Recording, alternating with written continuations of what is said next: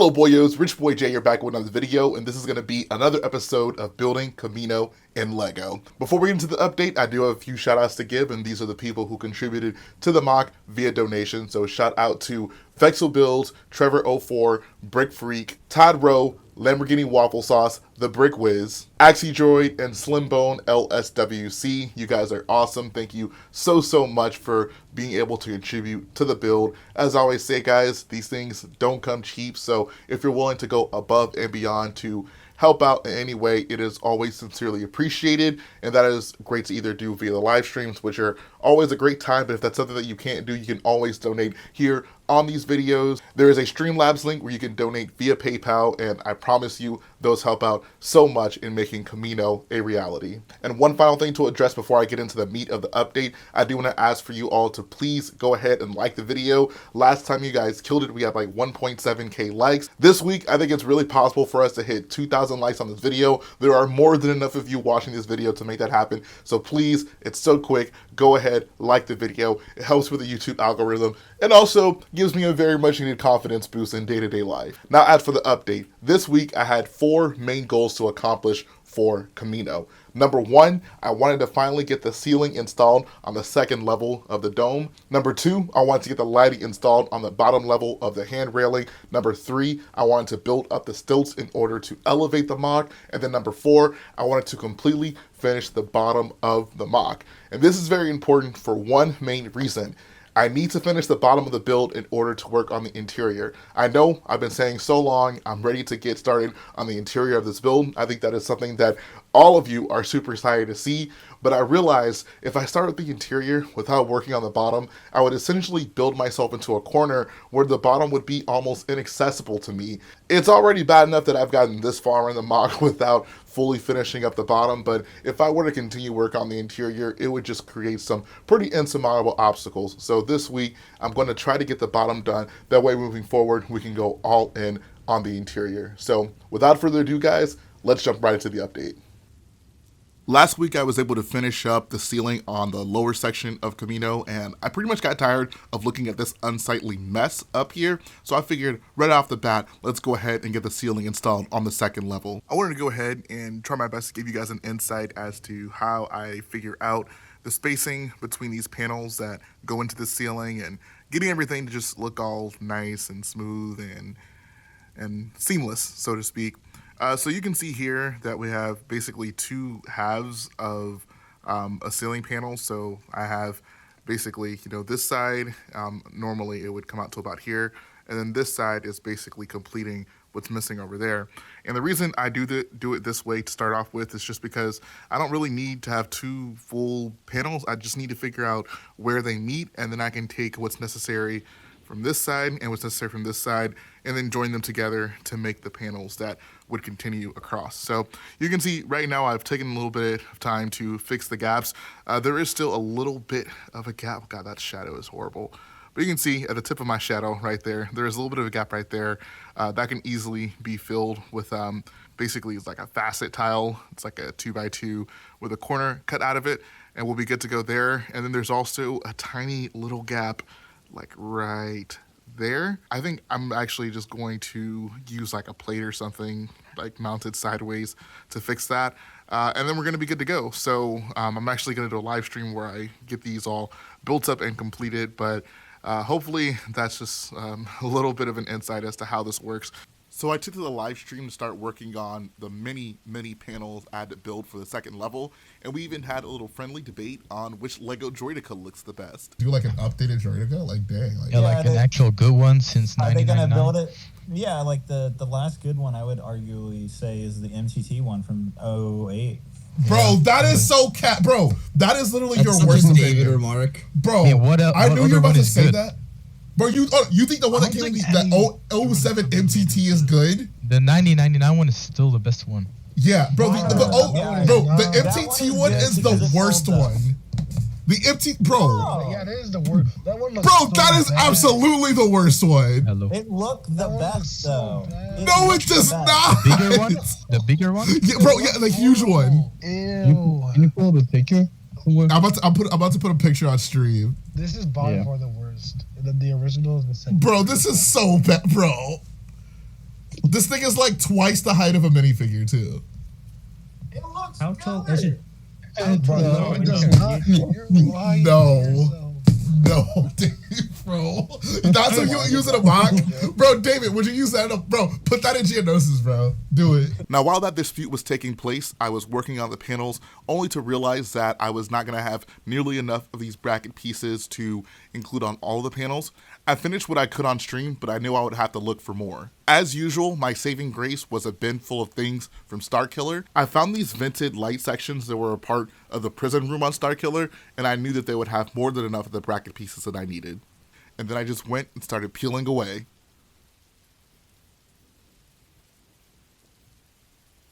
Once I had all my panels finished up, I was able to go ahead and install them on the dome. I figured that it would be easiest to remove the roof panels and then install these little brace sections and then connect the panels to them to make things streamlined and straightforward. And then I ran into a little issue. As I started attaching more and more of them, I realized that the spacing was just totally off. Now at this point, I had built like 21 of these sections, so if something was wrong with all of them, I probably could have cried. But fortunately, what I realized is that I just made a mistake on a few of them.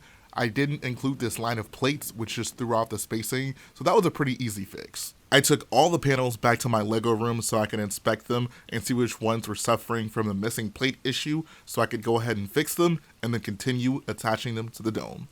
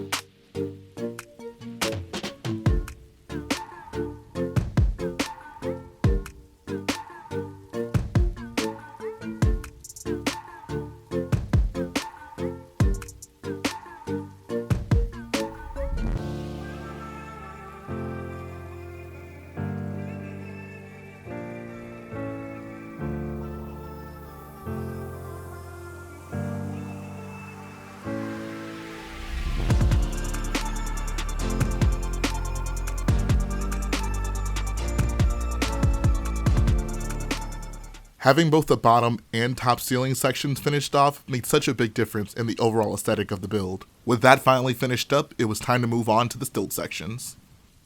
So here's a prototype I came up with for one of the Kamino stilt support things. I want to say it's pretty simple. It's not a super complex design per se. Got these trans yellow bits in there to represent the lights. There will be LEDs kind of going throughout this. The reference that I used was from Battlefront, and it honestly should be a bit more complex than this, which is what I was initially going for. And then I realized if I scale that one down, this is about the size it should be, but like it would just look weird if I tried to scale the actual shape down. So I basically just came up with this kind of cylindrical design, and I think for the purposes of the mock, it'll work pretty well. I do love just how kind of, I wouldn't say seamless, but how round it actually looks. If you look at the bottom, you can kind of get a better idea. For the parts that I used, got these curved slopes in here, and then curved slopes up here as well. But then we got cheese slopes in between the lights. So I think everything flows pretty well. On the inside, it's definitely a lot more complex than you'd think, just because we had to have this big Technic structure going through the middle, which meant I had to like reverse build everything on this side where the anti-studs are, which definitely was a little bit of work, but altogether, I think it came out pretty well. But now comes the, not necessarily the hard part, but the repetitive part. I got to build 5 more of these. So I got all the parts in, and I guess now we're just going to cue up the good old time lapse.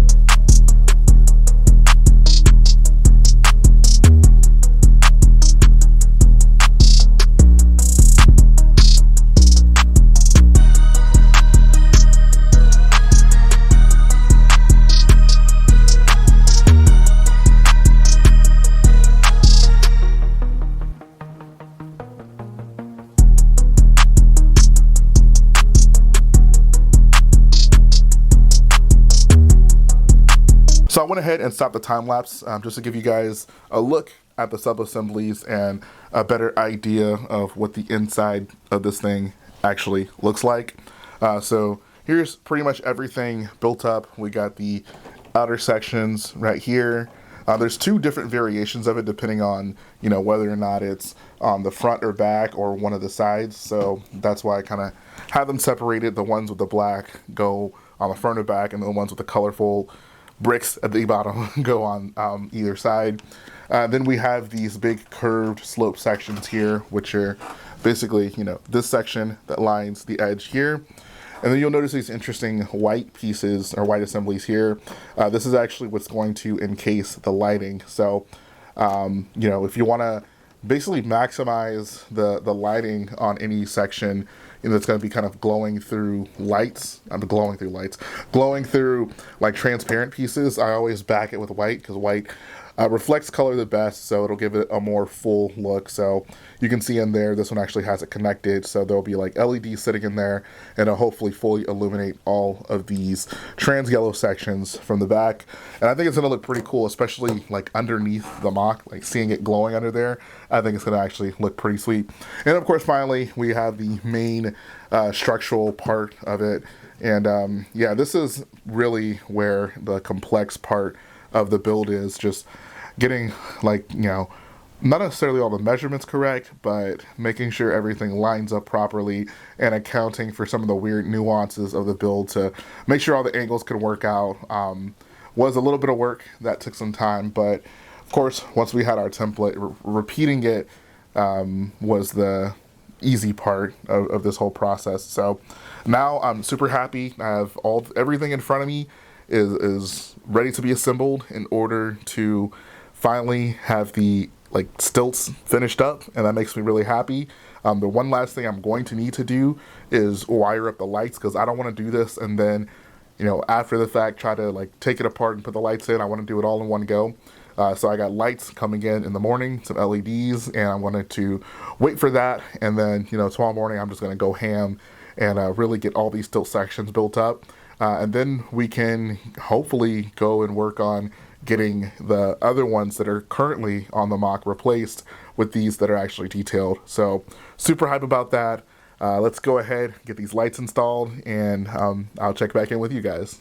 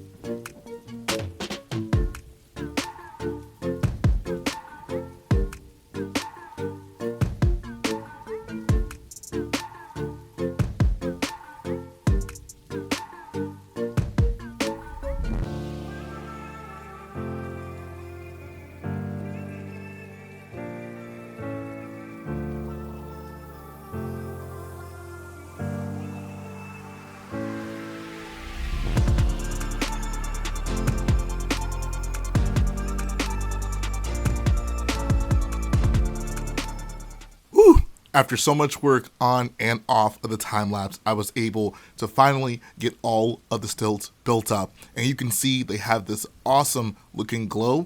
The lights in it just make such a big difference in the aesthetic, and I can only imagine how cool this is going to look once it's installed on the actual Kamino dome. Okay, so my original plan when it came to installing these new stilts was just to replace the old ones one by one until I had them all replaced. What I didn't consider, however, is the fact that these new stilts that are built are actually quite a bit taller than the old ones, which means that due to the height difference, I can't just take them off one by one and replace it with the new taller one. The frame just can't stretch that way. If I had a group of people helping with this, I maybe could have had a few of them hold this thing up while I work underneath and get the stilts replaced, but that was not an option. I had to come up with a solution to basically lift this entire thing up and have it elevated while I could swap out the stilts, which is where pick-a-brick cups came in handy. My idea was to basically lift the build and set it back down on top of these pick-a-brick cups, which would essentially leave the stilts dangling and then allow me to replace them one by one, and then finally lift it up and then set it back down on the table. This build is really heavy, so this was not easy at all, but somehow, with just me, I was able to make this work out. With the entire mock now elevated on pick-a-brick cups of all things, replacing the old stilts with a new one was actually a breeze.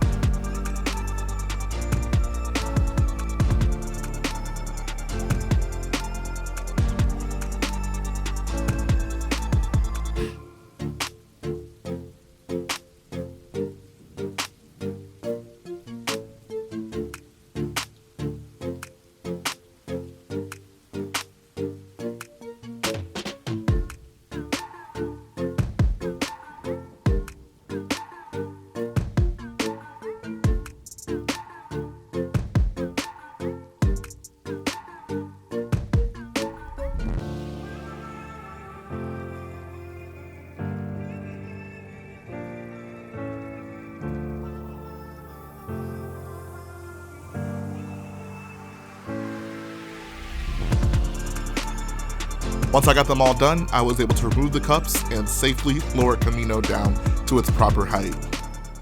Now, as much as I'd love to keep this episode going, I think that we have finally reached a stopping point.